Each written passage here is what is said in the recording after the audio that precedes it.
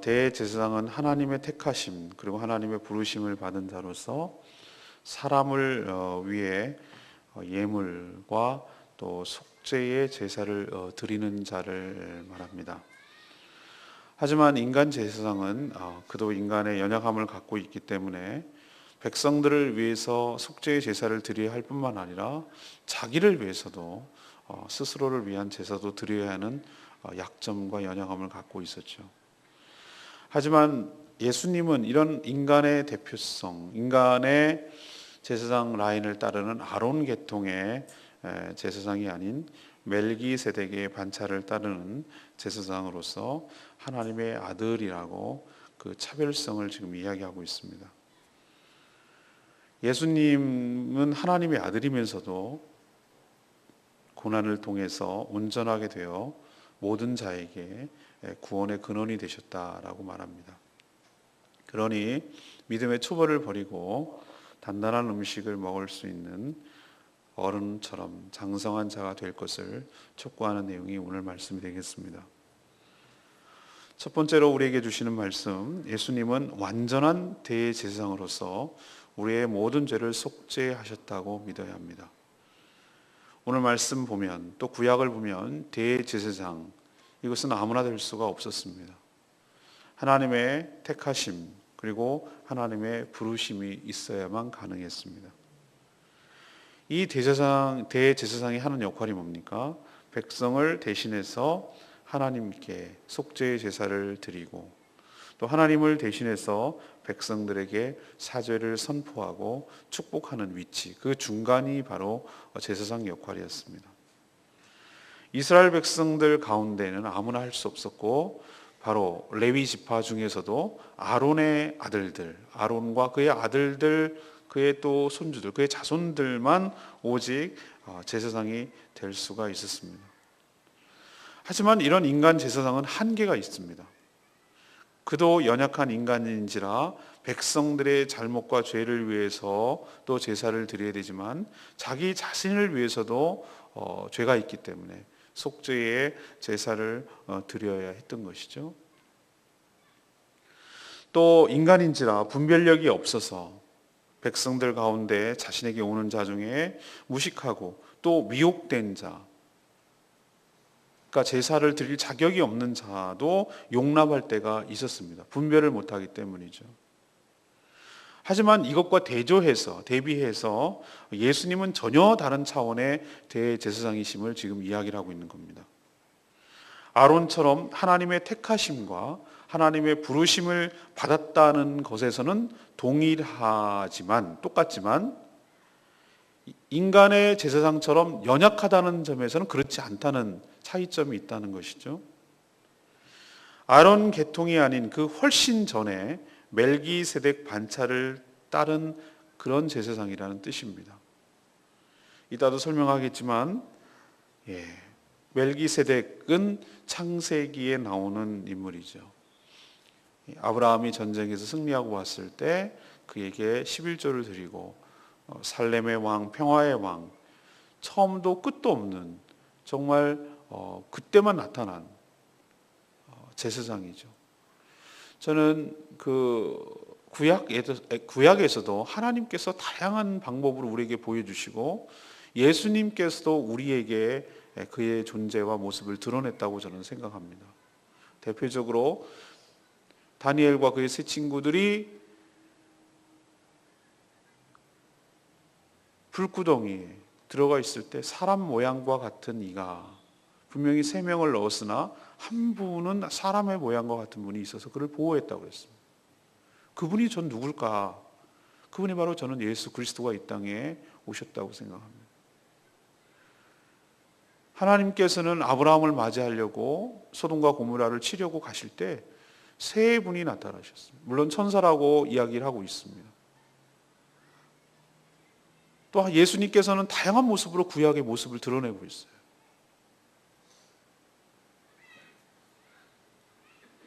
저는 이 멜기세덱도 예수 그리스도의 모습이라고 생각합니다. 그는 어디서 왔는지 몰라요. 그 당시 살렘이 어느 나라인지 모릅니다. 아브라함처럼 위대한 하나님의 택한 백성도 손 하나 되지 않았던 그 멜기세덱을 향해서 자기의 전리품의 10분의 1을 11조를 그때 드렸습니다. 그리고 그가 축복했습니다. 축복은 높은 자가 하는 것입니다. 그리고 그 뒤에는 멜기세덱의 존재가 사라집니다. 이처럼 처음도 끝도 없는 이 멜기세덱 반차, 멜기세덱 라인을 따라서 왕이자 제사장으로 계시는 예수 그리스도를 상징하는 인물이라고 생각합니다. 따라서 예수님은 하나님의 아들로서, 연약한 인간이 아니라 하나님의 아들이자 또 인간으로서 우리의 모든 죄를 결함이 없이, 부족함이 없이 완전히 속량하시고 깨끗하게 하셨음을 믿으시기를 바랍니다. 그분이 한 모든 십자가의 희생은 바로 우리를 향한 속죄 제사의 형태였습니다.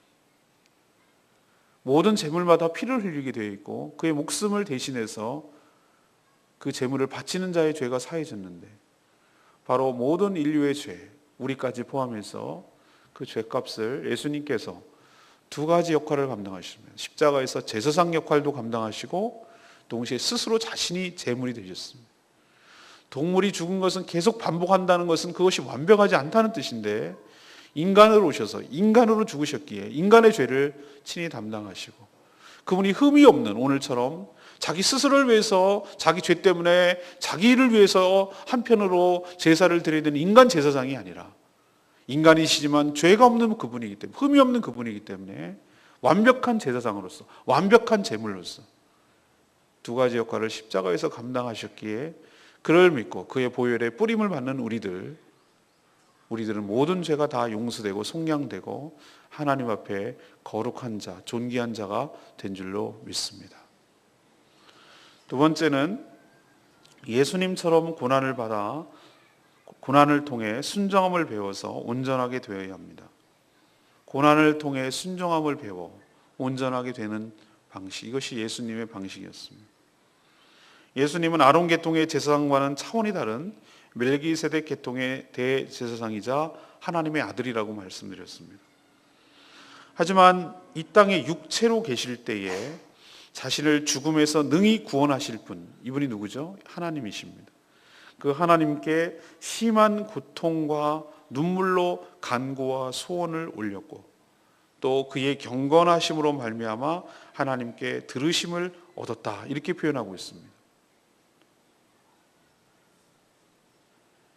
그런 모습을 잘 보여준 것이 바로 겟세마네의 기도였습니다. 십자가를 직전에 두고 그 하나님이신 그분, 하나님의 아들이신 그분이 하나님께 그렇게 간절하게 눈물로 땀이 핏방울이 되도록 간절히 기도하셨다는 거예요. 하나님이 아들이시면서도.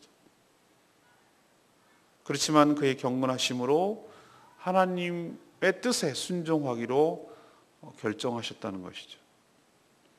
이렇게 아들이면서도 고난을 통해 순종을 배웠고 그래서 온전하게 되셨으며 역시 자기에게 순종하는 모든 자에게 영원한 구원의 근거가 되셨다. 이게 9절에 나오는 말씀이에요. 온전하게 되셨은즉 자기에게 순종하는 모든 자에게 영원한 구원의 근원이 되시고, 이 연계 관계를 아시겠습니까? 하나님의 아들이시면서도 예수님께서 하나님께 어떻게 했다고요? 순종했다고요. 어디까지? 죽기까지. 순종하심을 통해서 구원의 근거를 마련해 주셨다. 왜? 인간은 선악과를 먹은 이후 철저하게 하나님께 불순종의 삶을 살았거든요. 그게 죄란 말이에요. 하나님의 뜻에 어긋나고 자기 마음대로 살아가려는 그것이 죄란 말이죠. 그런 인간을 되돌이키고 구원의 근거를 마련하기 위해서 그는 예수님은 철저하게 처음부터 끝까지 하나님께 순종하는 삶을 사셨습니다. 모든 것을 다 순종했어요. 어디까지? 십자가의 잔, 그 고난의 잔을 마시며 십자가에 죽기까지 순종하심으로 인해서 구원의 근원, 토대를 만들어 주셨고, 자기 예수님이 하나님께 순종하듯이 자기를 믿고 순종하는 모든 자에게 구원을 베풀어 주실 수 있는 근거를 마련해 주셨다는 뜻입니다. 자, 그러면 예수님도 그러했다면, 다시 말해서 예수님도 죽기까지 순종함으로 온전하게 되었다면 우리는 말할 것도 없다, 그런 뜻이에요. 그러기에 우선 하나님이 우리에게 주시는 여러 가지 고난을, 이것을 피하거나 그것을 또 대항하거나 이렇게 할 것이 아니죠. 우리는 하나님께서 여러 가지 다양한 고난과 연단을 통해서 우리를 무엇을 보고자 하시느냐 하면은, 이런 가운데도 피하려고만 하는가, 회피하려고 하는가, 아니면 그것을 오히려 원망하고 대응하고 자기 방식으로 그것을 해결하려고 하는가, 이것을 보느냐, 아니면은 예수님처럼 그 모든 것들을 순종함으로 온전해져서 성숙하게 되려는지, 그것을 지켜보고 계시는 것이 예수님처럼 똑같다는 것이죠. 그래서 우리가 직간접적으로 크고 작은 여러 가지 환난과 어려움이 다가올 때 오늘 예수님이 보여주셨던 태도를 하나님 앞에 취해야 됩니다. 어떤 태도? 하나님이시자 하나님의 아들이신 예수님조차도 심한 고통과 눈물과 간구와 소원을 올렸다. 그래서 하나님께 들으심을 얻었다. 그리고 경건함으로 하나님께 그 하나님의 음성을 들었다라고 말하는 것처럼, 우리에게도 예수님처럼 그런 눈물과 간구와 소원과 간절함으로 하나님께 아뢰어야 될 것이고, 말씀을 듣고 말씀과 기도로 무장된 경건함으로 하나님과 소통함으로, 하나님을 의지함으로, 하나님께 붙들므로 우리 역시 하나님의 음성을 듣고 그런 고난의 연단의 과정을 통과함으로 예수님도 온전해지시고 왕이 되셨듯이, 우리도 이 모든 고난을 통과함으로 우리의 삶이, 우리의 영혼이 더욱 견고해지고 더욱 온전해져가는 과정이 될 줄로 믿습니다. 예수님의 삶의 특징이 두 가지로 얘기한다면, 말씀드렸듯이 섬김 그리고 순종입니다. 이 두 가지의 모습을 우리에게 가르쳐 주셨어요. 그러기에 우리도 우리 삶에 있어서 예수님을 닮아가는 삶, 예수님의 제자의 삶을 산다는 것은 바로 이 섬김 그리고 순종, 이것 역시 우리가 닮아야 될 예수님의 모습이라고 생각합니다. 섬길만 하고 순종할 만한 상황에서는 우리도 아니고 세상 사람들도 다 합니다. 높은 사람, 있는 사람, 자신에게 이득을 갖다 주는 사람, 이런 사람 섬기는 건 당연하고 세상 사람들이 더 잘해요. 그러나 우리에게 요구하시는 것은 말도 안 되는 상황, 섬길 만한 사람이 아닌 사람, 순종할 상황이 아닌 때의 순종함, 이것을 우리에게 요구하시는 것이.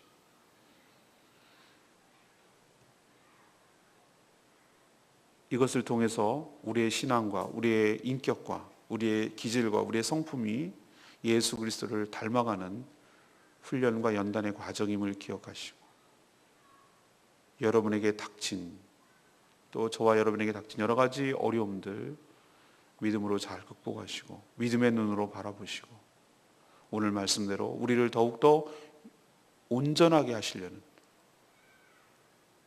우리 찬양하고 있죠. 욥기에서 나오는 것처럼 나의 길 오직 주가 하시나니 나를 단련하신 후에 내가 정금처럼 순금처럼 나아오리라. 그것이 바로 하나님의 방법입니다. 우리는 다른 방법을 원해요. 좀 쉬운 방법 없나요? 우리도 공부할 때 보면은 쉬운 방법 없나요? 인생도 좀 쉽게 사는 방법 없나요?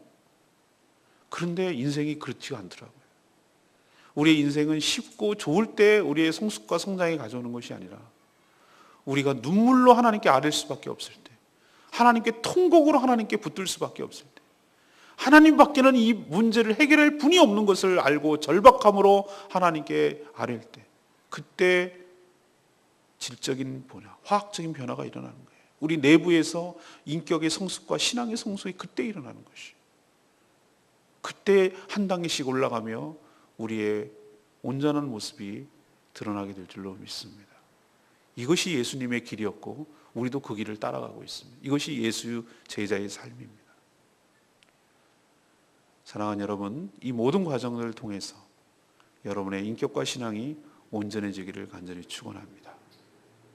세 번째는 지각을 사용함으로 연단을 받아 장성한 자가 되어야 합니다. 예수님이 아론 계통의 대제사장이 아니라 멜기세덱의 반차, 다시 말해서 순서를 따르는 대제사장이라는 말을 유대인들이 들었습니다. 이 멜기세덱 얘기가 창세기에 나오니 유대인이 모를 리가 없습니다. 그런데 이 이야기를 해줬더니 유대인들이 이해를 못하는 거예요. 이게 무슨 말인지 이해를 못하는 거예요.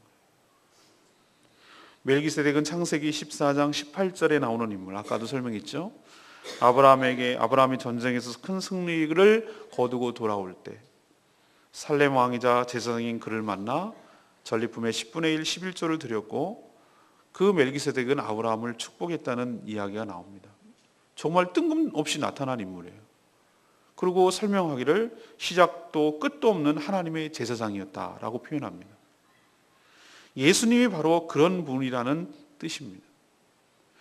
그래서 지금쯤 이런 내용을 설명하면 충분히 이런 내용을 이해하고 또 이런 내용을 다른 사람에게 오히려 가르칠 만한 선생이 되어야 될 유대인 너희들이 여전히 말씀의 초보에 머물러 있다고 이 히브리서 기자는 질타하고 있습니다. 여전히 단단한 음식을 먹지 못하고 어린아이처럼 젖을 먹고 있다고 책망하고 있는 것이죠. 그럼 장성한 성도의 특징이 뭔가? 오늘 14절에 그 특징이 나오죠. 단단한 음식은 장성한 자의 것이니 그들은 지각을 사용함으로 연단을 받아 선악을 분별하는 자들이니라. 의의 말씀을 지각을 사용하여 연단을 받아 선악을 분별한다. 다시 말해서 떠먹여주는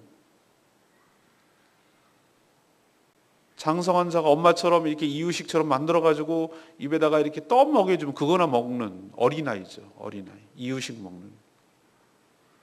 그것이 아니라 지각을 사용한다. 생각을 사용한다는 거예요. 하나님께서 주실 때, 우리의 인격을 주실 때 지정의의 모든 인격 요소를 다 주셨습니다. 지적인 면, 느끼는 면, 결단하는 면. 말씀 묵상, 큐티, 개인 묵상은 바로 이 지정이 모든 인격을 통해서 하나님의 뜻을 분별하고 하나님의 뜻을 찾아가는 것입니다. 우리 역시 말씀을 맹목적으로 받는 것이 아니라 스스로 이것을 조리해서 그것을 하나님의 뜻을 분별해서 그것을 먹을 수 있는 능력을 키워야 될 줄로 압니다. 저희 교회 성도들이 그런 수준까지 저는 나가게 되길 바라고, 큐티 나눔과 큐티 훈련을 통해서 스스로 말씀을 섭취하고 말씀을 알고 그 뜻을 구별하고 분별하고 그 말씀대로 살아가고 결단하고 행동까지 옮기는 그런 성숙된 장성한 신앙인이 되기를 간절히 축원합니다. 6월 달쯤부터 훈련을 그런 훈련, 큐티 나눔을 할까 생각 중에 있습니다. 여러분, 이렇게 와서 말씀을 듣지 않는 것보다는 듣는 것이 100배, 1000배 낫습니다. 이것조차 듣지 않으면 우리는 퍽퍽 쓰러집니다. 예외 없습니다. 말씀을 매일 섭취하지 아니하고 매일 묵상하지 아니하고 매일 기도하지 않은 자 예외 없습니다. 왕년 자랑하지 마십시오. 신앙은 지금 현재형입니다. 현재. 과거에 다 필요 없습니다. 내가 교회 권사고 다 필요 없습니다.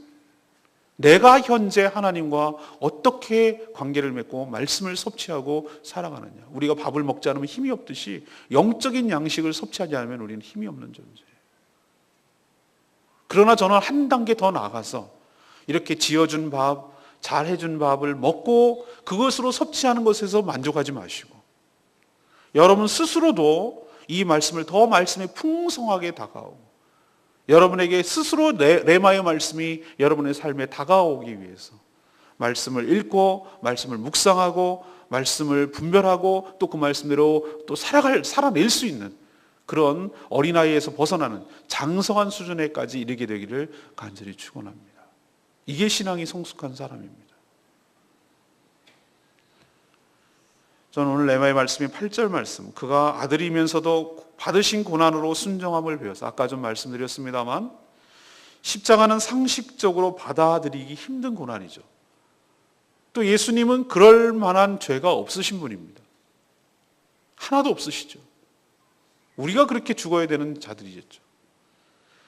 예수님도 이 고난이 얼마나 힘들고 어려운지 이 잔을 피하시기를 기도했습니다. 그러나 겟세마네 기도 마지막 기도가 무엇이었죠? 잡히시기 전에 자신의 뜻이 아닌 하나님의 뜻이 이루어지기를, 그 뜻에 순종하게, 죽기까지 순종하시는 모습을 보였습니다. 인간의 가장 큰 문제가 불신에 이은 불순종임을 아셨기에 그것을 바꾸어 믿음과 순종으로 하나님께 나아갈 수 있도록 자신을 믿는 자, 다시 말해서 그 안에, 예수 안에 살아가는 모든 자에게 하나님 앞에 예수님이 우리를 포함시켜서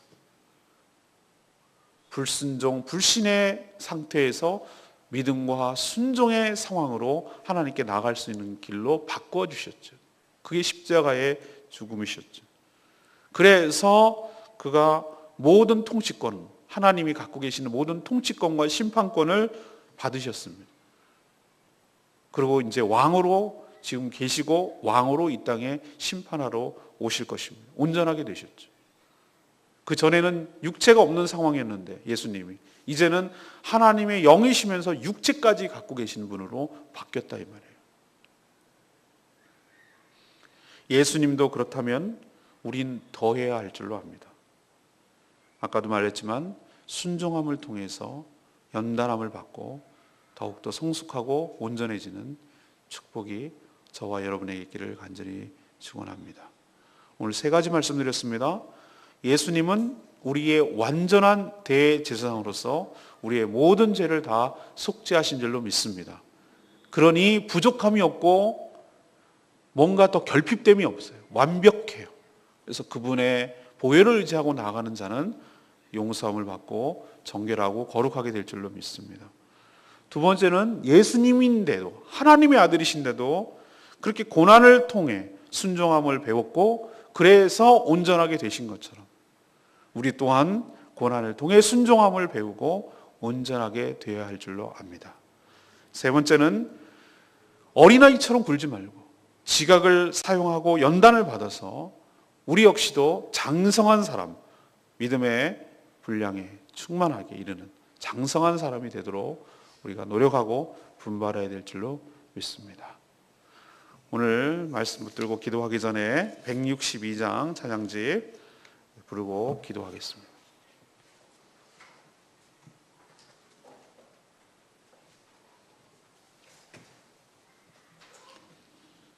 주님께서 모든 고난을 받으시고 그 고난을 통해서 순종함을 배워서 장성해지고 온전해지신 것처럼, 그래서 지금 하늘의 우편에 앉으셔서 찬양과 영광을 받으시는 것처럼 우리도 삶의 연단과 여러 가지 어려움들, 고난을 통해서 우리가 더욱더 하나님께 나아가고 온전해질 줄로 믿습니다. 주님을 찬양합니다.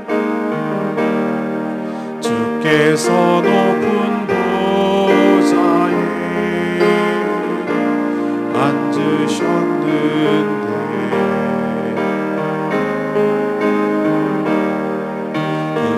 작은 성전에 가득하도다. 천사들 모여서 서로 친화하며 외치니 그 소리는 성전에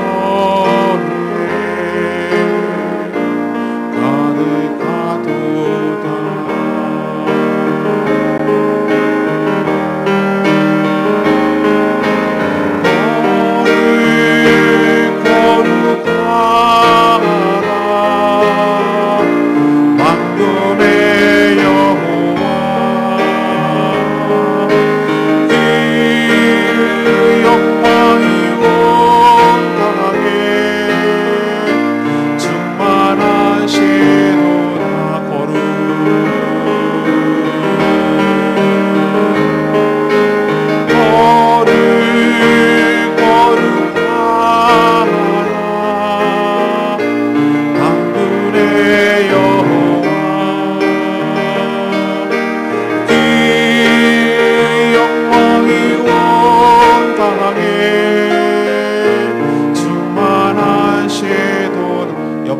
지금 23명에서 주는 평화 주는 평화 막힌 담을 모두 오셨네 주는